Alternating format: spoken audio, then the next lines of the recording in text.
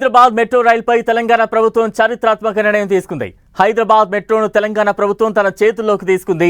L&T 100% equity వాటాలను స్వాధీనం చేసుకుంది. ఈ నెల 30 నాటికి 15,000 కోట్ల డీల్ పూర్తి చేయాలని నిర్ణయించింది.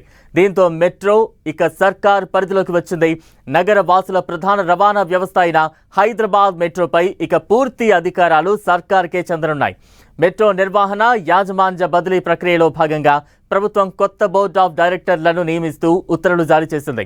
మెట్రో భవిష్యత్ ప్రణాళికలు, విస్తరణ, నిర్వహణ బాధ్యతలను ఈ కొత్త బోర్డు పర్యవేక్షించనుంది.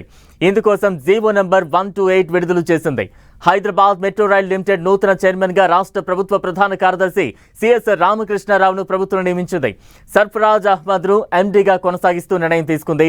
డైరెక్టర్లుగా జయేష్ రంజన్, వికాస్ రాజ్, సందీప్ కుమార్ సుల్తానియా, డీజీపీ శివధర్ రెడ్డి, సర్ఫరాజ్ అహ్మద్, అశోక్ రెడ్డి, జితేష్ వి పాటిల్ను నియమించింది.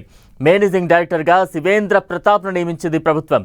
మెట్రోను మరింత లాభసాటిగా మార్చడం, రెండో దశ విస్తరణ పనులను వేగవంతం చేయడంపై కొత్త బోర్డు ఆఫ్ డైరెక్టర్లు దృష్టి సారించనున్నారు.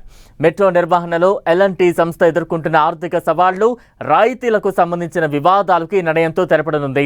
ఈక్విటీ బదిలీ ద్వారా మెట్రోపై ప్రభుత్వానికి పూర్తి నియంత్రణ లభించడంతో పాటు ప్రయాణికులకు మెరుగైన సేవలు అందించే అవకాశం ఉంటుందని విశ్లేషకులు భావిస్తున్నారు.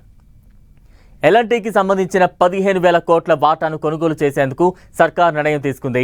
ఇందుకోసం IFRC నుంచి 13,615 కోట్ల రూపాయలను ప్రభుత్వం రుణంగా తీసుకోనుంది. వీటిని 20 ఏళ్ల కాల పరిమితిలో తిరిగి చెల్లించే అవకాశం ఉంటుంది. ప్రస్తుతం పనిచేస్తున్న పలువురు ఉద్యోగులను ఏడాది పాటు కొనసాగించాలని డిసైడ్ చేసింది రాష్ట్ర ప్రభుత్వం.